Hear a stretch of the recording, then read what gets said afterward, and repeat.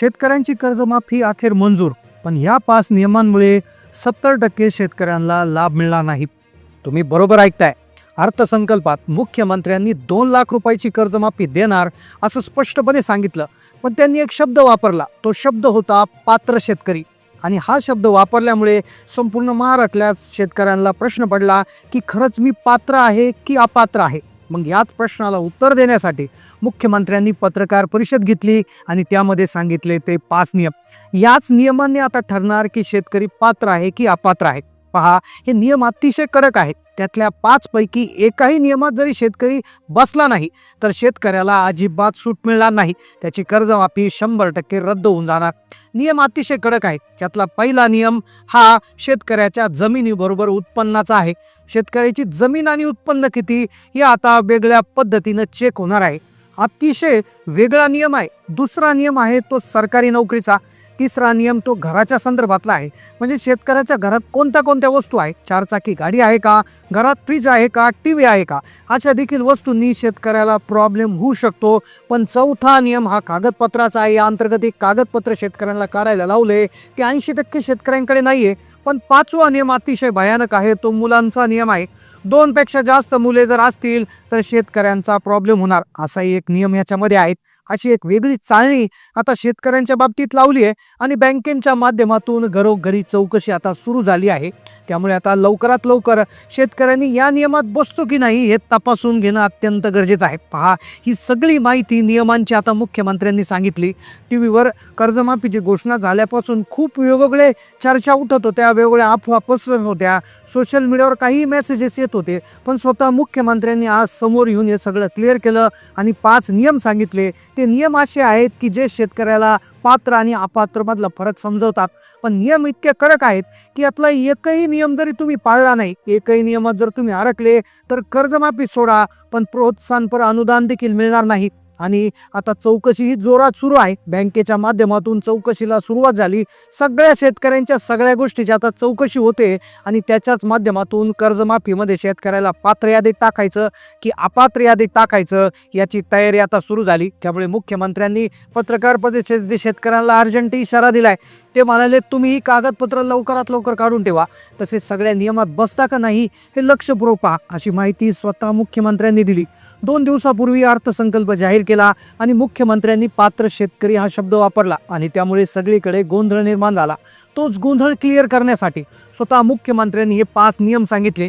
भयानक 5 नियम. यामध्ये उत्पन्नाचा नियम, जमिनीचा, सरकारी नोकरीचा आणि त्यानंतर घरामध्ये कोणत्या कोणत्या वस्तू आहे, म्हणजे गाडी आहे का, सगळ्यात महत्त्वाचा म्हणजे मुलांचा नियम. तर हे सगळे नियम कशा पद्धतीने असणार आहे, कोणत्या कोणत्या वस्तू चालणार, किती मुलं असल्यावर कर्जमाफी मिळणार, सगळी सविस्तर माहिती आज व्हिडिओमध्ये आपण जाणून घेतोय. अतिशय महत्त्वाचा व्हिडिओ आहे. तुम्हाला दूध का दूध आणि पाणी का पाणी करणारी माहिती आहे. त्यामुळे जर तुम्हाला खरंच कर्जमाफीची गरज असेल तर हा व्हिडिओ तुम्ही लक्षपूर्वक पहा. कारण की पूर्वी ज्या बातम्यांमध्ये माहिती सांगितली ती सगळी माहिती खोटी ठरली, कारण खरे नियम भलतेच निघाले. त्यामुळे तुम्ही ही माहिती लक्षपूर्वक पहा. आता वेळ घालवता आपण डायरेक्ट सुरुवात करूया. महायुती सरकारने अखेर शेतकऱ्यांना दिलेला शब्द पूर्ण केला.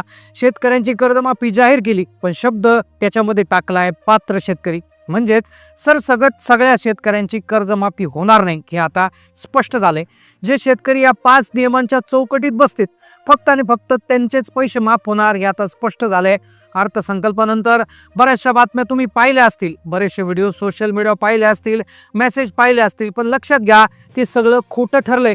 कारण की मुख्यमंत्र्यांनी स्वतः समोर येऊन सगळ्या गोष्टी क्लिअर केल्या.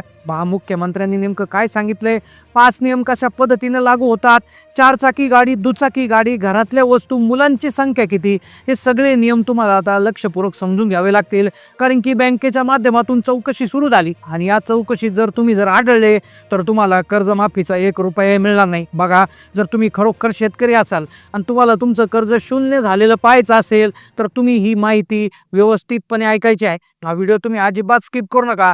हा व्हिडिओ जर तुम्ही मध्येच सोडून दिला तर तुमचं अतोनात नुकसान होऊ शकतं, हे लिहून घ्या. कारण व्हिडिओमध्ये आम्ही सांगणार आहोत कर्जमाफीचे 5 नियम कोणते, तुमची पात्रता कशी असणार, कोणत्या बँकांचं कर्ज माफ होणार, कोणत्या जिल्ह्यांची लॉटरी लागणार आणि कोणाचा पत्ता कट होणार, कोणत्या तारखेपर्यंत कर्ज सरकार मान्य करणार, कोणत्या तारखेचं कर्ज फेटाळणार, अशा तुमच्या अनेक प्रश्नांचं उत्तर एकाच व्हिडिओ दडले.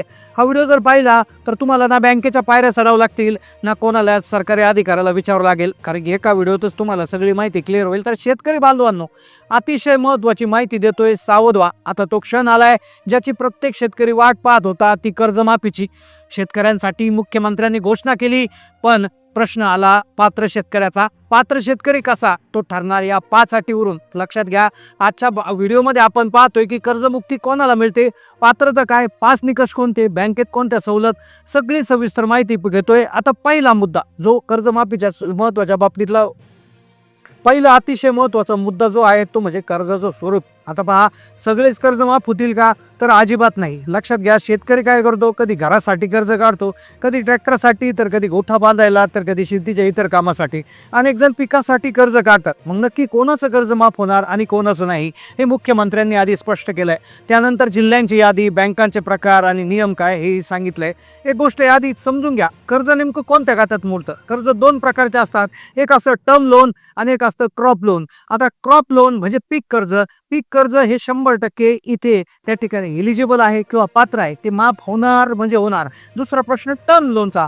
टर्म लोन म्हणजे पीक कर्ज व्यतिरिक्त इतर घेतलेले कर्ज, म्हणजे घर बांधण्यासाठी, ट्रॅक्टर घेण्यासाठी, गोठा बांधण्यासाठी किंवा शेतीची पाईपलाईन करण्यासाठी, विहीर पाडण्यासाठी, अशा इतर कामासाठी जर घेतलेलं कर्ज असेल तर त्याला टर्म लोन म्हणतात. तर टर्म लोन या प्रकारात मोडत नाही, हा मुद्दा तुम्ही ते लक्षात घ्यायचा आहे. आता जर ज्यांचं पीक कर्ज आहे त्यांच्यासाठी देखील सरकारने एक मोठी मेक घातली आहे, तर ती आहे तारखेची मेक. आता दुसऱ्या नियमाकडे वळूया. एक तारीख जी आहे तर ती शेतकऱ्यांसाठी खूप महत्त्वाची आहे. ती तारीख आहे 30 सप्टेंबर 2025. आता ही तारीख म्हणजे शेतकऱ्यांसाठी अतिशय महत्त्वाची आहे. पहा, 30 सप्टेंबर 2025 पर्यंत तुमचं कर्ज थकीत असणं अनिवार्य आहे. म्हणजे पहा, 30 सप्टेंबर 2025च्या नंतर तुमचं कर्ज थकीत असावं. त्याच्या आधी जर तुम्ही भरला असेल तर मग तुम्ही कुठल्याही प्रकारे याच्यासाठी पात्र नाहीये. तुम्हाला प्रोत्साहनपर 50,000 रुपयाचं अनुदान मिळेल, पण आता ते मिळवणं सुद्धा तितकं सोपं नाहीये. लक्षात घ्या, सरकारनं 5 कडक नियम लावले, त्याच्यात तुम्ही बसले पाहिजे. पहिला नियम, सरकारी नोकरीत कुणी नसावं, टॅक्स कुणी भरणारा नसावं. सरकारी नोकरीत नसलं पण खाजगी कामाला जातोय आणि टॅक्स भरतोय, असं चालणार नाही. माजी मंत्री, आमदार, खासदार, जिल्हा परिषद सदस्य कुठल्याही प्रकारचे चालणार नाही. 7/12वर जमिनीचे क्षेत्र 2 हेक्टरच्या आत असणं गरजेचं आहे. कमीत कमी उत्पन्न असणं गरजेचं आहे. तर अशा पद्धतीचा नियम जो आहे तर तो याच्यामध्ये घातलेला आहे. पहा, बँकेच्या माध्यमातून जर चेकिंग जर झाली तर तुमच्या बँक खात्याची होऊ शकते. तुमच्या बँक खात्यावर या शेती व्यतिरिक्त काही ट्रान्झॅक्शन झालेले आहेत का, शेती व्यतिरिक्त कुठलं उत्पन्नाचा स्रोत तुमचा आहे का, हे एकदा चेक केलं जाईल. आणि त्यामध्ये जर तुमचं उत्पन्न जर जास्त सापडून आलं तर कदाचित तुमचं नाव हे या यादीतून कॅन्सल केलं जाऊ शकतं. तर आता तुमचा शेती व्यतिरिक्त काही दुसरा हे आहे का, तुमचं 30 सप्टेंबर 2025च्या नंतर तुमचं कर्ज थकीत आहे का, तुम्ही या अटीमध्ये बसता का, नक्की कमेंट करून सांगायचं आहे.